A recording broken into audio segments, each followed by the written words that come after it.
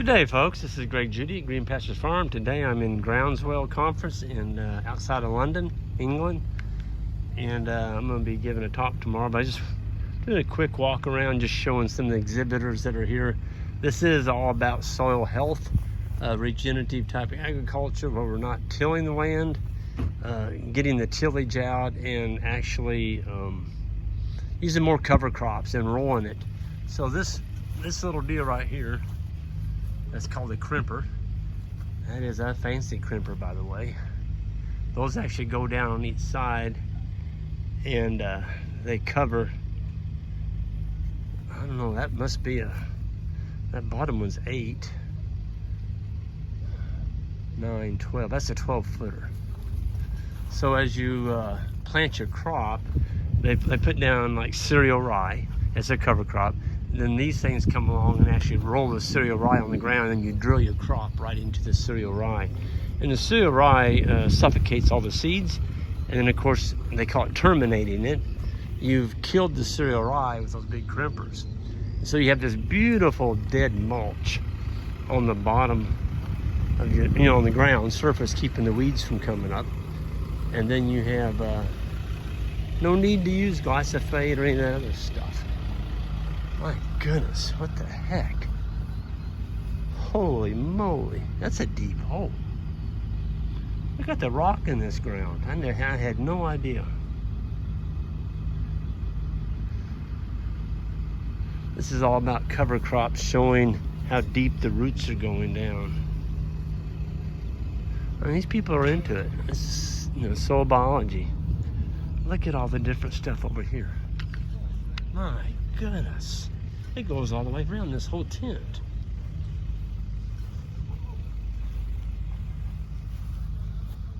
Ethiopian mustard, oil radish, and white mustard.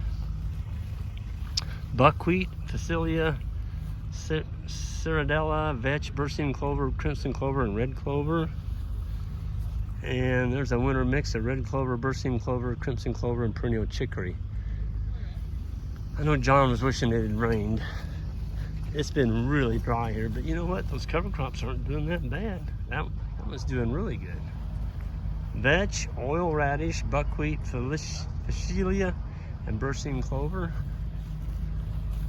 Huh. So these are all the mixes they're putting in behind.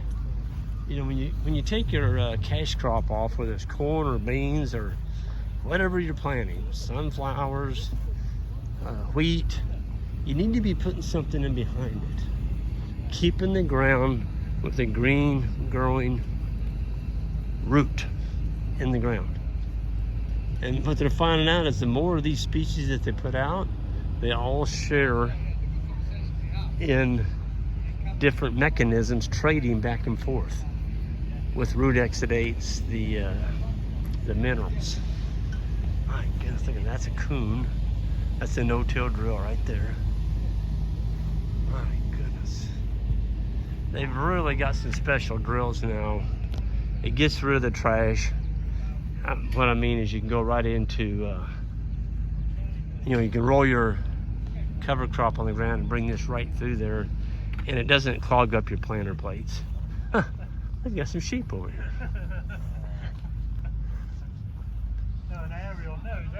Just sheared, and those are some rams. Breeding innovations. Innovus, that's their deal.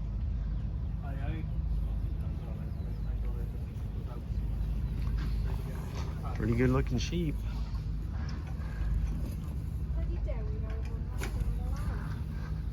Those would be a wool sheep. Look at the testicles on that sheep.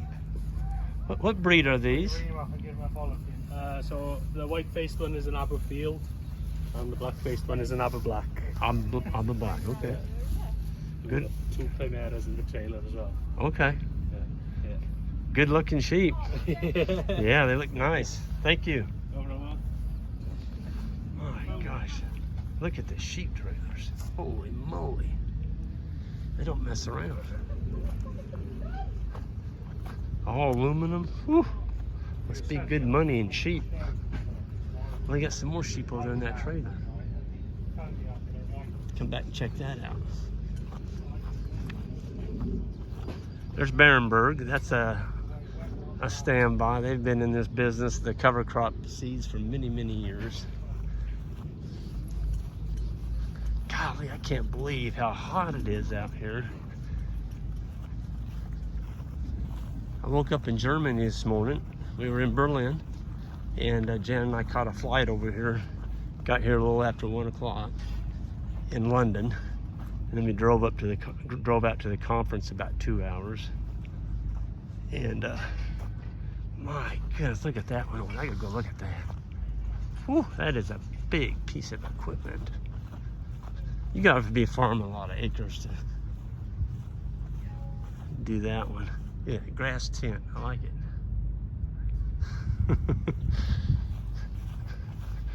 All the different little samples. I'm telling you what, John, Cherry, and Paul, and their kids, they work at it. It takes a lot of work to put something like this on. And to feed everybody, to keep everything going. All the exhibitors happy. Look at that thing. Holy moly. That is one big machine. So that's a no-till drill. Vercar.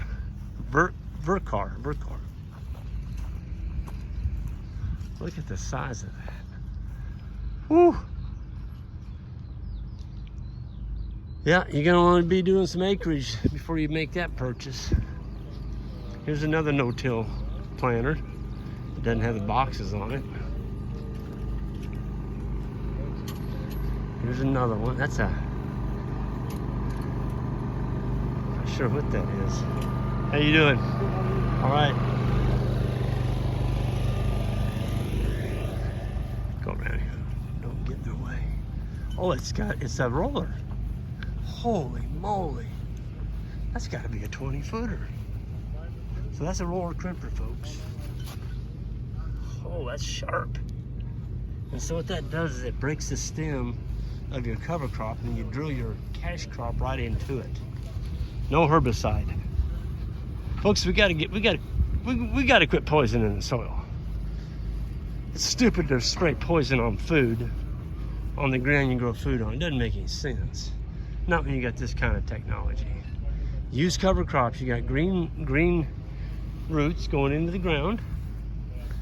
You're not killing all the soil biology by spraying all this crap on our farms. We can feed a lot of people healthy food without having to spray all this junk.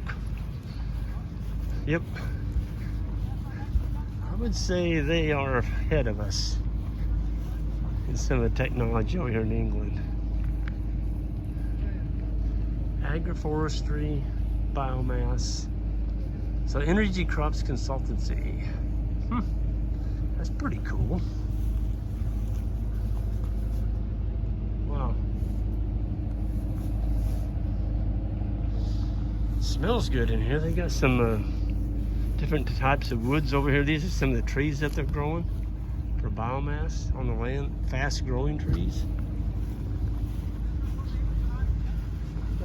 Oh, there is a monster drill over here. I don't know what that is, but it's a big one, I can tell you that. So yeah, how y'all doing? Kind of warm out here today. Okay, so they got lupins, mammoth millet. So these are all different brands of seeds. So it's a low input, highly profitable break crop. Yep. Top phosphorus. What is top phosphorus? Never heard of it. When do plants need P? A new raw material with a protected water-soluble phosphate. Biological activity booster. Root growth stimulator. You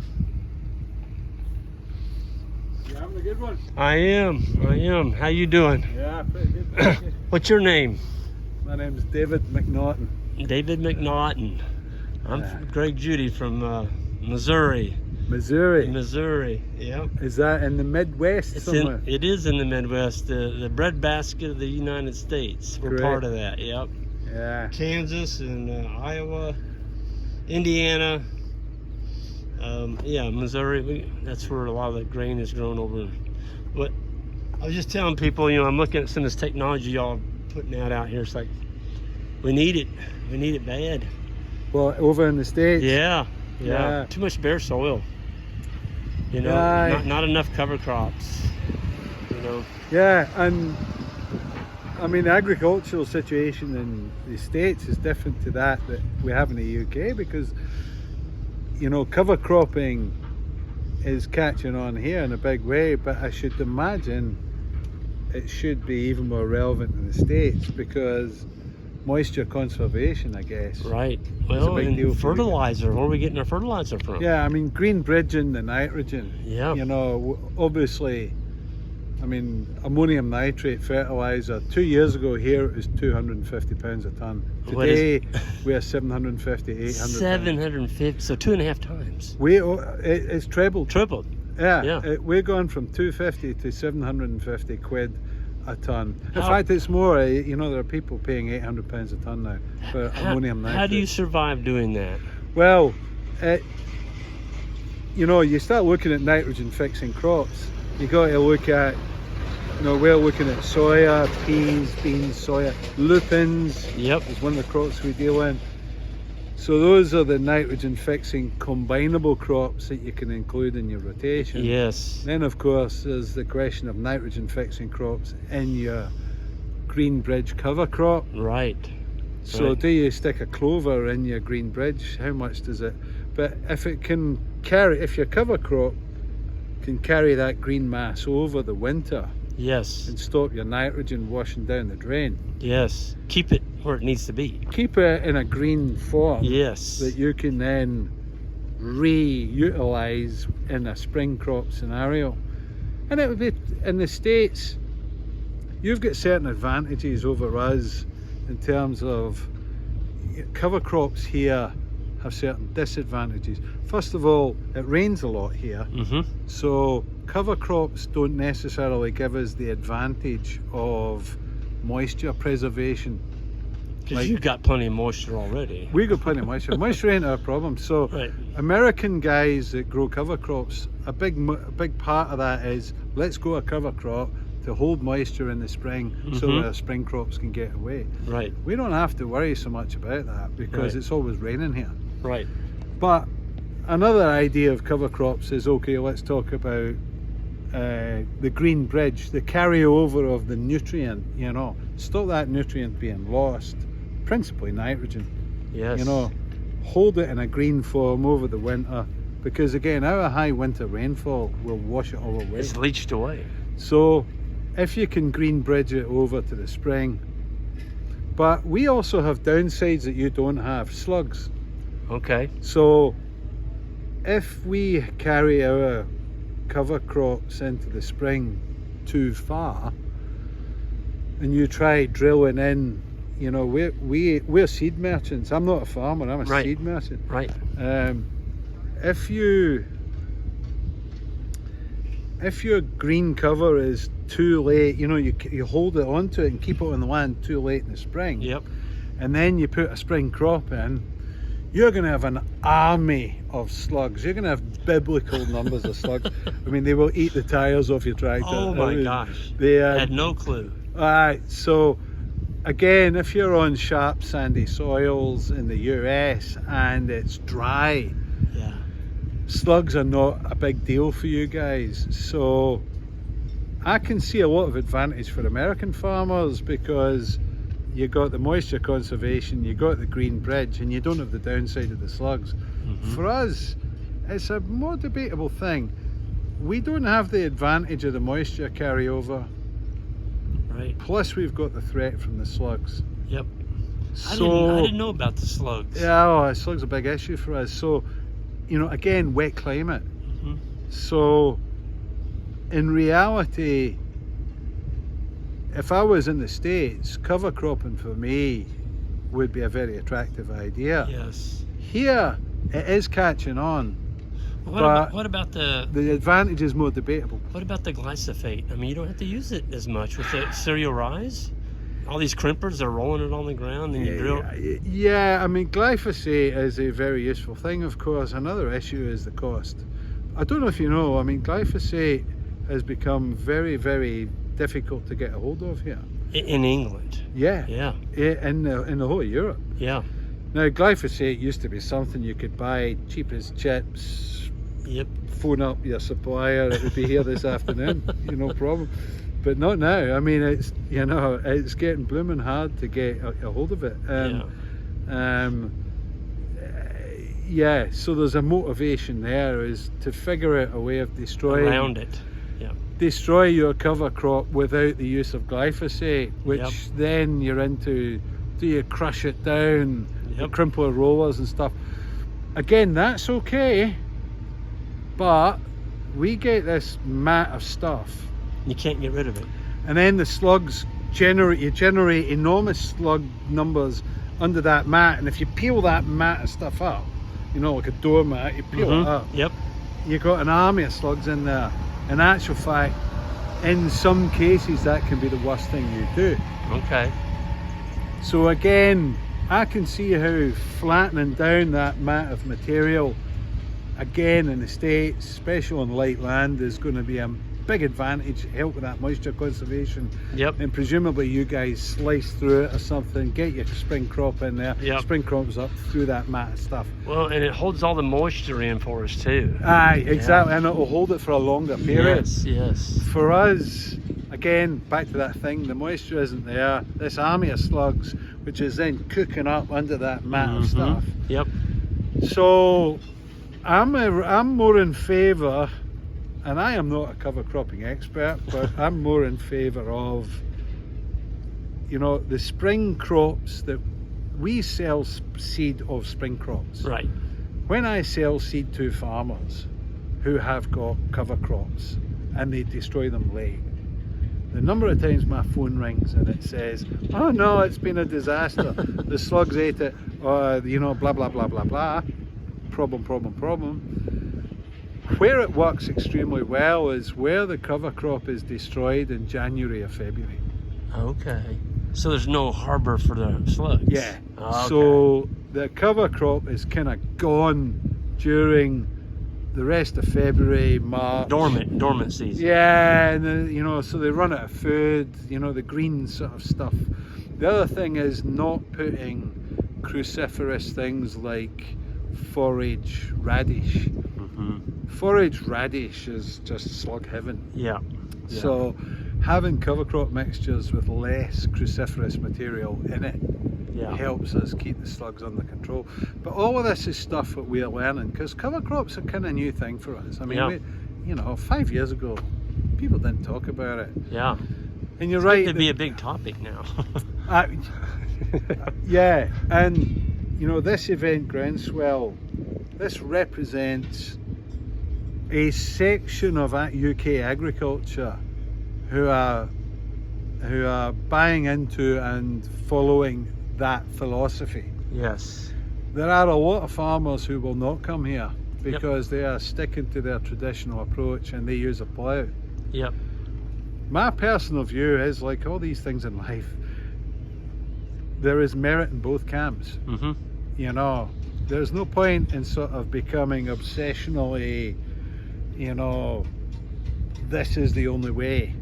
The reality is that if you're on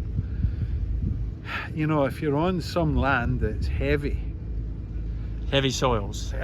So a lot of the UK, we've got a lot of heavy clay. Now heavy clays, if you direct drill into them in the spring and you don't do anything to alleviate that compaction,